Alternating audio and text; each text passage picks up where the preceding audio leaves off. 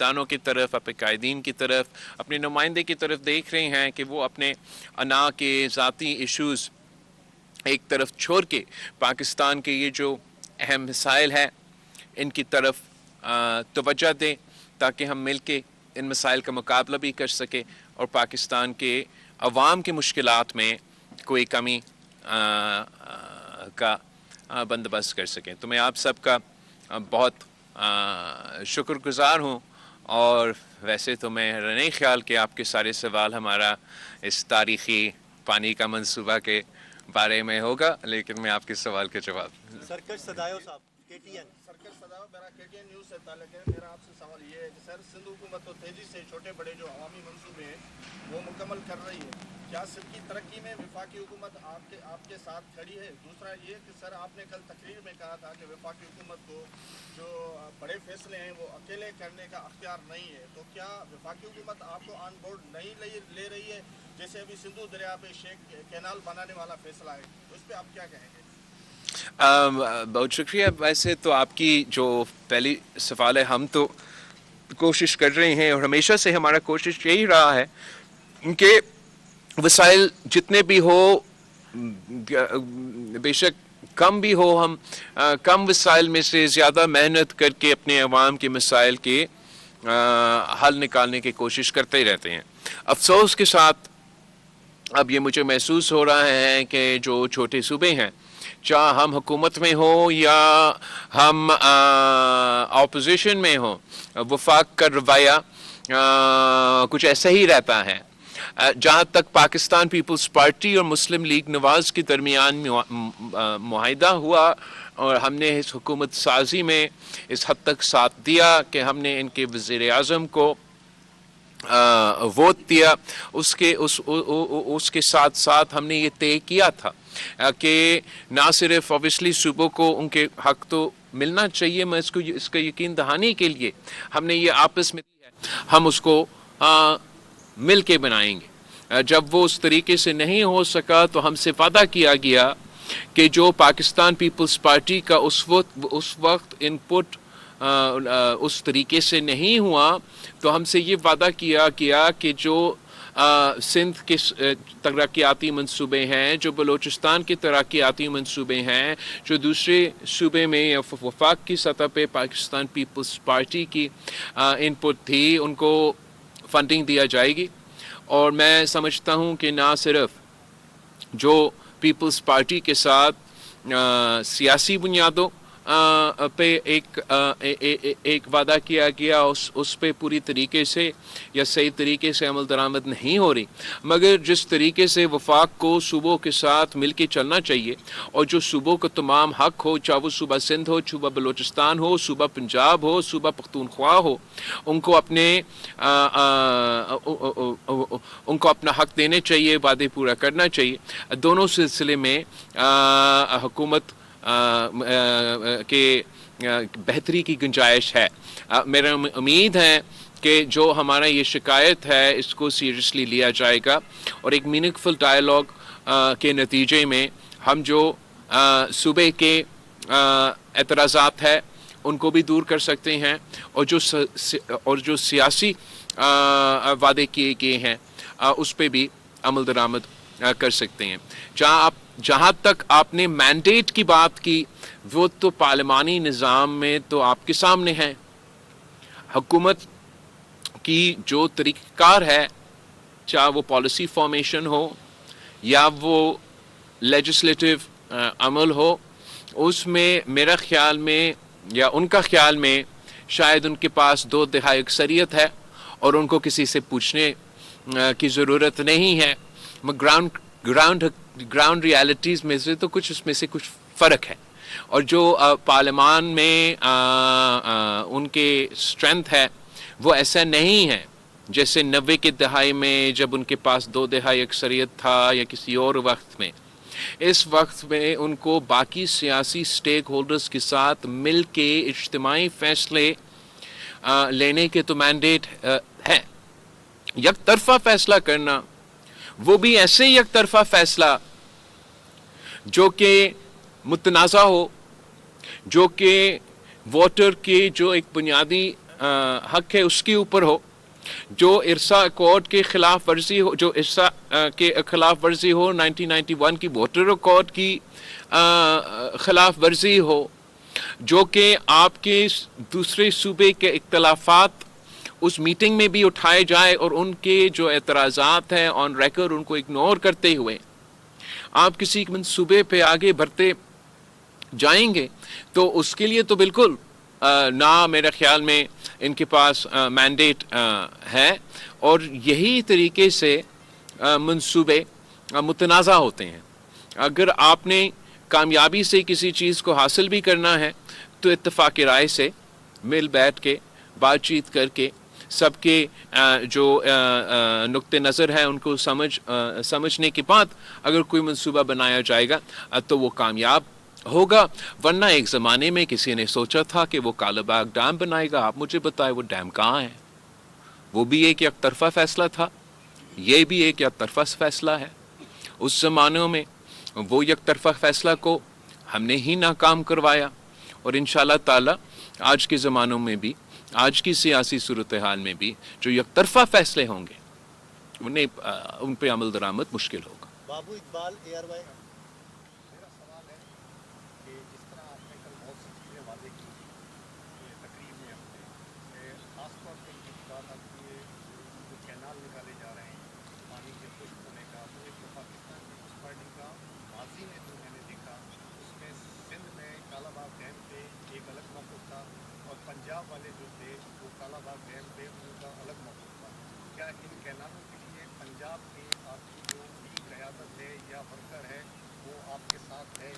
یہ دوسرا یہ کہ گیس اور لوڈ شیڈنگ کے بھی آپ نے دھرنے لگوائے، پیپلز پارٹی نے یہاں لگائے، تو کیا اگر اتنا بڑا فیصلہ یک طرفہ ہوگا دھرنے کی تحریک کی کوئی سیاست کے چانسز پھر شروع ہوں گے، یا اس طرح ہی بس احتجاج چلتا رہے گا؟ Thank you. تو پہلے میں آپ کی تھوڑا سا آپ سے اختلاف کرتا ہوں، اور تاریخی طور پہ میں سمجھتا ہوں کہ یہ غلط تاثر دے رہے ہوں کہ پاکستان یا کسی ایک صوبہ کا موقف ایک تھا، کسی دوسرا صوبہ کا موقف کوئی اور تھا کالا باغ ڈیم کے حوالے سے۔ وہاں ایک اعتراضات سندھ سے شروع نہیں ہوئے، وہ پختونخوا سے اٹھے، اور جو احتجاج ہوا وہ بالکل ہم نے ایک احتجاج یہاں بارڈر پہ کروایا تھا، مگر اس احتجاج کے جو قافلے نکلے جہاں پاکستان پیپلز پارٹی کا سندھ کا صدر نے کراچی سے قافلہ نکالا، تو وہاں ہی پنجاب کا صدر جہانگیر برادر نے پنجاب کا قافلہ نکالا، اور وہ وفاقی احتجاج تھا۔ انفیکٹ جو پارلیمان میں پاکستان پیپلز پارٹی کے مختلف صوبے کے نمائندے تھے، انہوں نے سندھ کے ممبران سے پہلے آواز اٹھائے تھے کہ آپ نے جو بھی فیصلہ کرنا ہے، پاکستان پیپلز پارٹی کسی ایک صوبے کی جماعت نہیں ہے، ہم وفاق کی جماعت ہے، ہم وفاق پرست ہیں، ہم سمجھتے ہیں کہ جو بھی فیصلہ وفاق کو کمزور کرے گا اس پہ پاکستان پیپلز پارٹی کا اپنا رد عمل ضرور ہوگا۔ اور اس سلسلے میں بھی سارے میرے خیال میں جتنے سیاسی سٹیک ہولڈرز کا موقف میں نے سنا ہے، کسی کا اس قسم کی کسی سیاسی جماعت یک طرفہ فیصلے لینے کی حمایتی نہیں ہے۔ تو میں امید رکھتا ہوں کہ اگر حکومت مل بیٹھ کے، چاہیے اس ایشو ہو یا مختلف دوسرے ایشوز ہو، نہ صرف پیپلز پارٹی کا رائے لیا جائے مگر دوسری جماعتوں کو رائے لیا جائے، تو ہم ان کو بہتر ایڈوائس دے سکتے ہیں۔ گلبہار شیخ سندھ ٹی وی۔ یہاں پہ 20 سال پرانا یہ دیرینہ مسئلہ تھا پینے کا پانی، اب یہ پایا تکمیل تک منصوبہ بن جائے اور پینے کے لیے پانی ملے گا یہاں کے باشندوں کو، لیکن مسئلہ یہ ہوتا ہے کہ جو بھی اسکیمیں چلتی ہیں ان کی ریپیئرنگ کا مسئلہ ہوتا ہے یا اس کو مینٹیننس کا مسئلہ ہوتا ہے، اسکیمیں فیل کبھی ہو جاتی ہیں، تو اب یہ اتنا بڑا خرچہ ہوا ہے تو اس کو کیسے رن کیا جائے گا؟ پبلک ہیلتھ کی سنبھالے گی یا مقامی انتظامیہ اس کو دیکھے گی؟ میں سنبھالوں گا، اور باقی میں جانتا ہوں کہ پاکستان میں کسی بھی حکومت سے کام نکلوانا تو بہت مشکل کام ہوتا ہے، لیکن اب مجھے بھی تھوڑا بہت تجربہ ہوا ہے، تو انشاءاللہ تعالی ہم نہ صرف اس منصوبہ کو چلائیں گے، میرا ذمہ داری ہے کہ میں اپنے عوام کو کسی نہ کسی طریقے سے پینے کے صاف پانی یا اس کی منصوبہ کی صورت میں، مختلف منصوبے کی صورت میں پہنچا دوں۔ میں جانتا ہوں اور آپ کو بھی معلوم ہے کہ کس طریقے سے آپ کو اپنے جو جائز حق ہے NFC ایوارڈ کے مطابق آپ کو کسی ایک بار بھی آپ کو وہ پورا شہر نہیں ملا ہے، تو آپ اپنی تو اس کو آپ اگر کمپیئر کریں کسی بھی بزنس سے یا کسی بھی ادارہ سے کہ اگر آپ کا جو ان پٹ ہے وہ پوری طریقہ سے نہیں آتا تو پھر جو آپ کا آؤٹ پٹ ہے اس پہ تو ضرور کسی نہ کسی صورت میں اثر ہوگا۔ یہی وجہ ہے کہ پاکستان پیپلز پارٹی نے نہ صرف پاکستان میں مگر پورا ریجن میں پبلک پرائیویٹ پارٹنرشپ کو لیڈ کیا ہے۔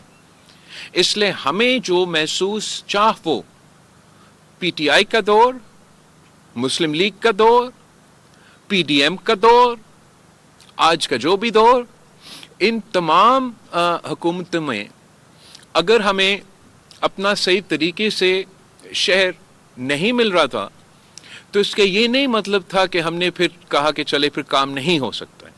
ہم نے اپنے طریقے سے دوسرا بندوبست کیا، تو ابھی بھی ہم نے جو محدود وسائل ہیں ان میں سے ڈیلیور کرنے کی کوشش ضرور کریں گے، اور ساتھ ساتھ جو شہید محترمہ بینظیر بھٹو کی ویژن ہے پبلک پرائیویٹ پارٹنرشپ کی، جس میں ہم پرائیویٹ سیکٹر کو اپیل کریں کہ وہ حکومت کے ساتھ مل کے کام کرے، اس کو ہم آگے لے کے دیکھیں گے کہ نہ صرف ہمارا مرکز میں کیپٹل میں کراچی میں مگر سندھ بھر میں، چاہے وہ سولر کے سیکٹر میں ہو یا پانی کے سیکٹر میں ہو یا انفراسٹرکچر کے سیکٹر میں ہو، ہم انکریج کر رہے ہوں گے کہ ہمارے جو مقامی جو لوکل انٹرپرینورز ہیں وہ گورنمنٹ آف سندھ کے ساتھ مل کے اپنے عوام کی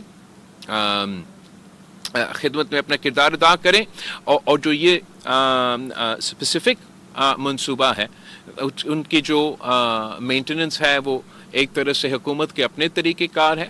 آگے جا کے not necessarily just for this project but by and large ہم چاہیں گے کہ اس قسم کے کام ہم پبلک پرائیویٹ سیکٹر کے ساتھ مل کے کریں، تاکہ یہ سروس ڈیلیوری جو ہم نے ہیلتھ میں اور دوسرے منصوبے میں بہتر کیا ہے اس میں بھی ہو سکتا ہے۔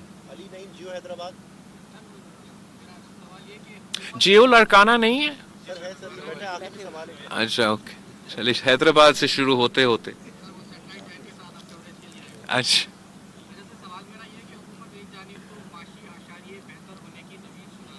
ہاں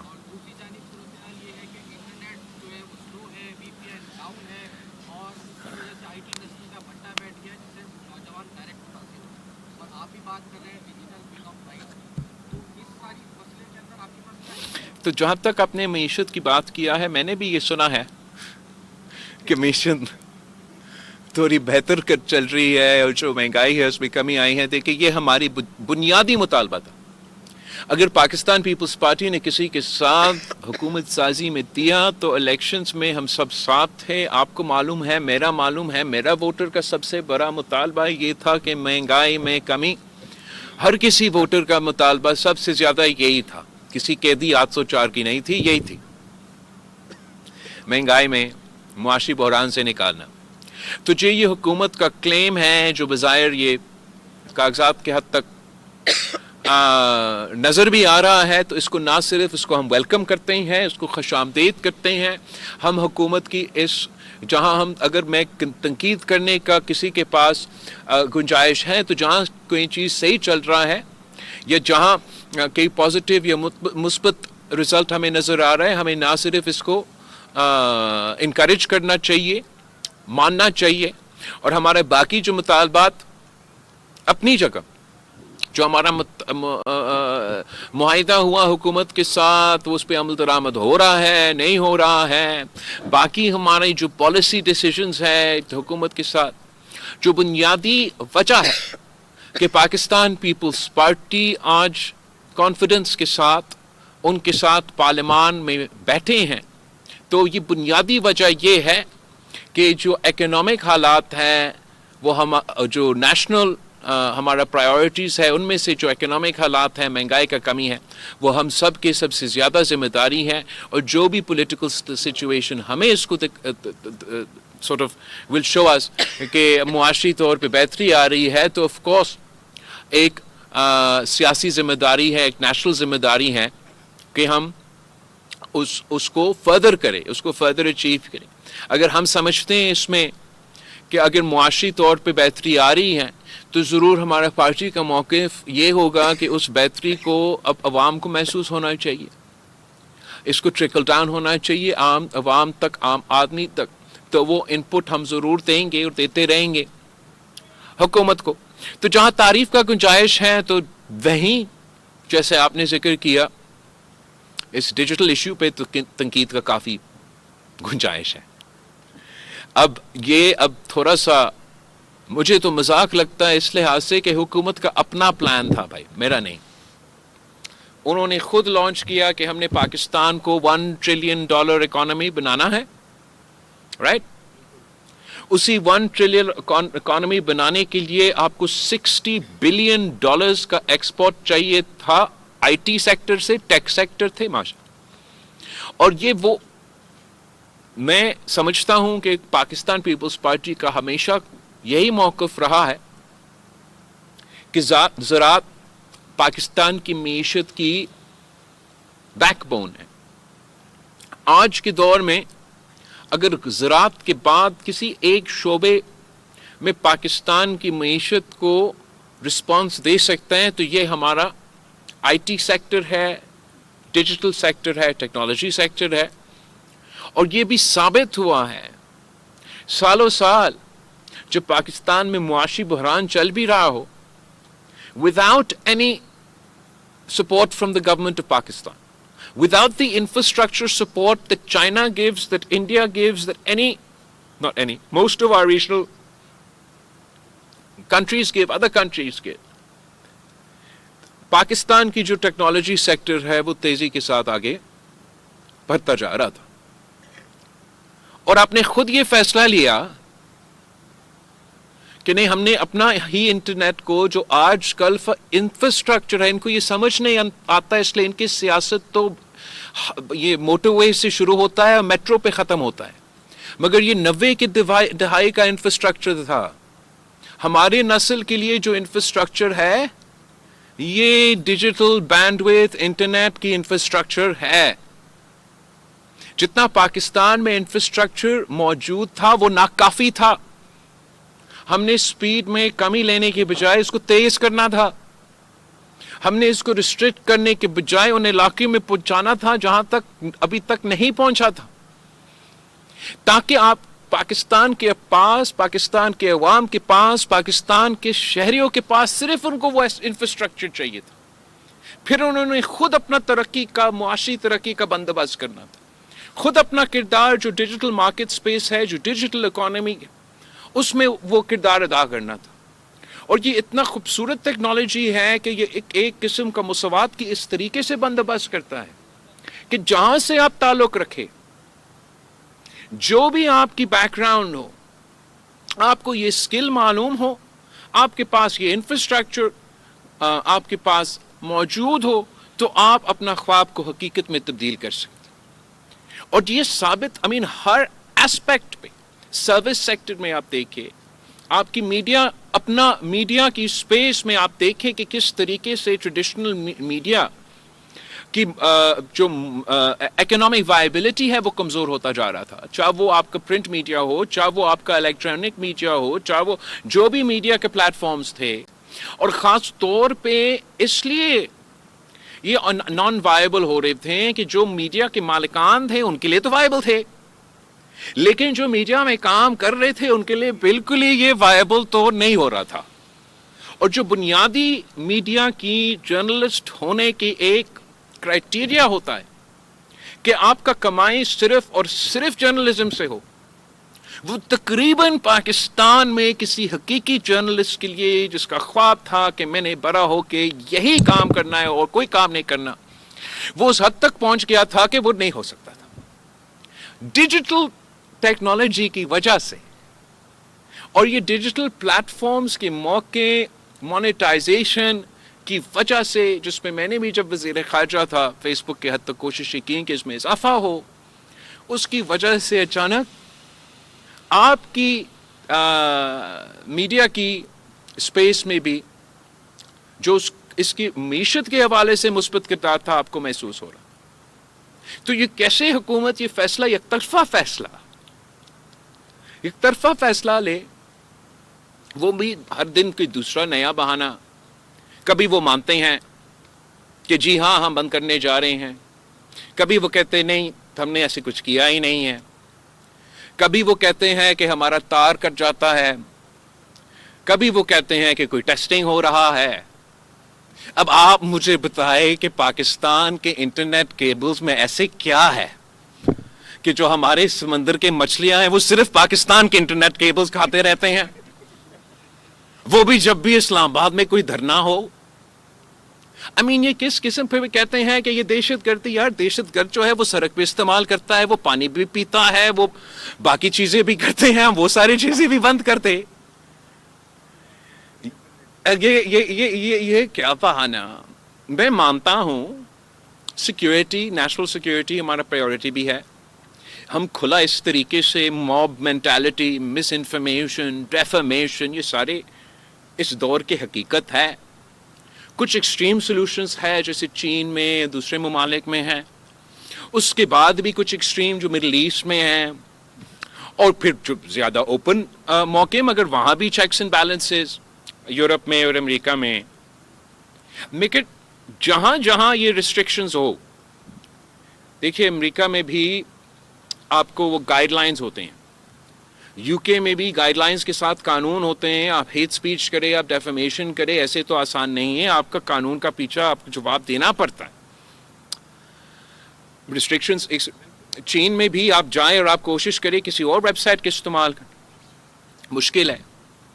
مگر سب سے پہلے ان تمام ممالک نے اپنے انفراسٹرکچر دلوا دی، انہوں نے وہ بینڈ وڈتھ دے دی. اب چین نے اپنے عوام کو 5G پتہ نہیں 6G تک پہنچ رہے ہیں، تو اس سپیڈ پہ کسی کو فرق نہیں پڑتا کہ آپ نے وی پی این بھی ڈال دیا، آپ نے فائر وال بھی ڈال دی، آپ نے یہ ویب سائٹ کا کہا، وہ ویب سائٹ کا کہا.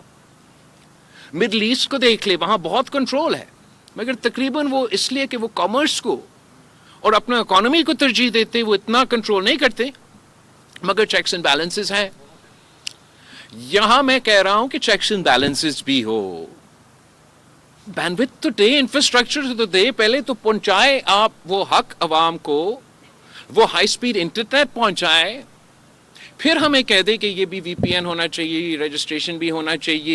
یہ آپ اگر پہلے سے یہ ریسٹرکشنز ڈالیں گے تو انویسٹمنٹ، چاہے وہ ہمارا اپنا پرائیویٹ سیکٹر کا انویسٹمنٹ ہو یا بین الاقوامی سطح کے انویسٹمنٹ ہو، ان کو ہم کیسے اپیل کریں کہ آپ آئے ہمارا ملک میں، آپ کے انٹرنیٹ 30 سیکنڈز کے لیے چلے گا، پھر رکے گا، آپ ایک واٹس ایپ میسج بھیج سکیں گے، مگر اس کے بعد آپ کے جو فوٹوز ہیں وہ نہیں لوڈ ہوں گے. آپ فلاں سوشل میڈیا کا ویب سائٹ استعمال کر سکتے ہو، مگر فلاں آپ نے، ایسے تو نہیں چلتا. پاکستان کے عوام پولیٹیکل سٹیبلٹی چاہتے ہیں، پاکستان کے عوام سیکیورٹی چاہتے ہیں، پاکستان کے عوام جو جائز مطالبہ ہے حکومت کا وہ ان کے ساتھ دیں گے.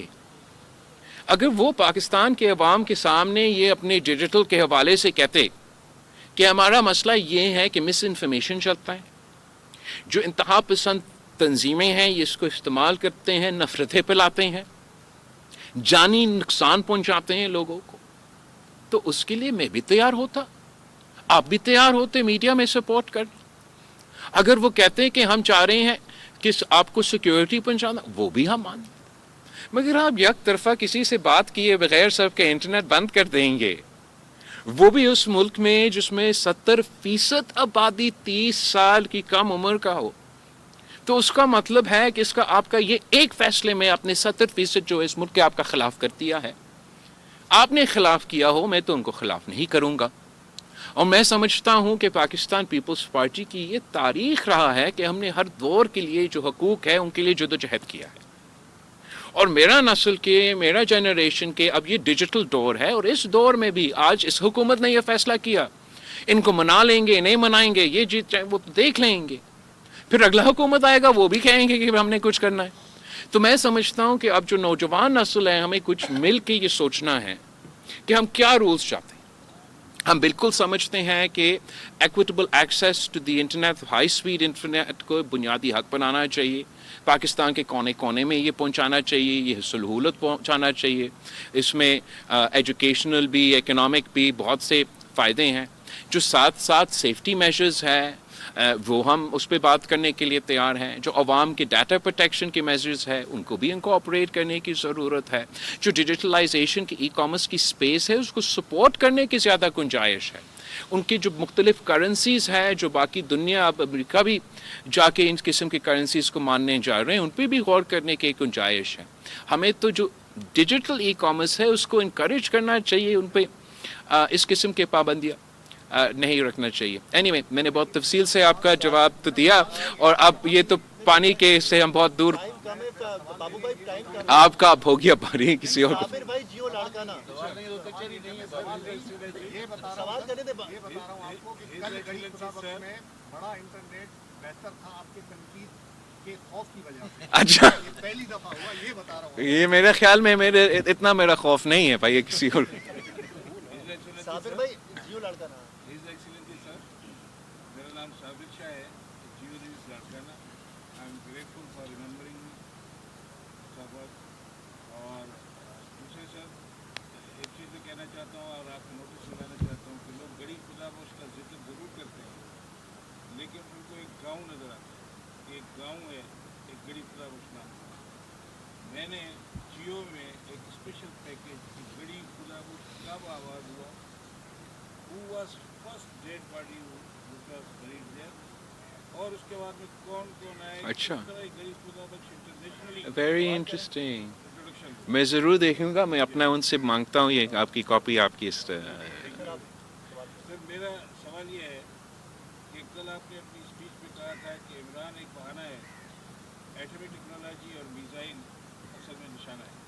تو ذرائع کرام ایک تو یہ بتائیے کہ یہ اشارہ کن ممالک کی طرف تھا اور کن کی طرف تھا.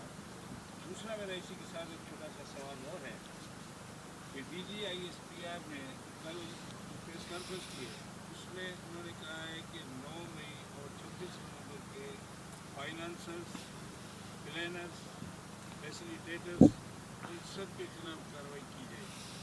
تو اس کارروائی کو پیپلز پارٹی اور آپ کس طرح سے؟ جہاں تک پاکستان کی اٹامک پروگرام ہے تک پاکستان کی مثال ٹیکنالوجی کی پروگرام ہے. ایک کی بانی قائد عوام شہید ذوالفقار علی بھٹو تو دوسرے کی بنیاد رکھنے والی شہید محترمہ بینظیر بھٹو. پاکستان پیپلز پارٹی سمجھتی ہے کہ پاکستان اگر آج جس شکل میں جغرافی طور پہ ہمارا ریجن میں تمام جیو پالیٹکس کے باوجود موجود ہے, محفوظ ہیں, تو یہ دو جو تحفے ہیں ہمارے شہیدوں کے یہ ان کی وجہ سے ہیں. اور آپ کو معلوم ہے کہ تاریخی طور پہ یہ ہضم نہیں ہوا, پہلے یہ ہضم نہیں ہوا کہ پاکستان کو اٹامک ویپن کیوں ملا. یہ مجھے آپ کو بتانے کی ضرورت نہیں ہے, یہ تاریخ کا حصہ ہے اور اس کی سزا بھی گڑی خدا بخش میں دفن ہوئے شہیدوں نے برداشت کیا ہے. اس کے بعد یہ ہضم نہیں ہوا کہ پاکستان کو اٹامک ویپن تو ملا مگر اس کے لیے جو بندوق تھا وہ آپ کی مثال ٹیکنالوجی پروگرام ہے, تو اب وہ بھی برداشت نہیں ہوا. اور حال ہی میں آپ دیکھ رہے ہوں گے جہاں ایک طرف سیاسی بیانات پاکستان کے اندرونی سیاست کے حوالے سے مختلف مغربی ممالک سے, مختلف مغربی سیاستدانوں سے سننے میں آ رہے ہیں, انہی ممالک کو اچانک یہ نظر آیا ہے کہ پاکستان کے پاس بھی مثال ٹیکنالوجی ہے.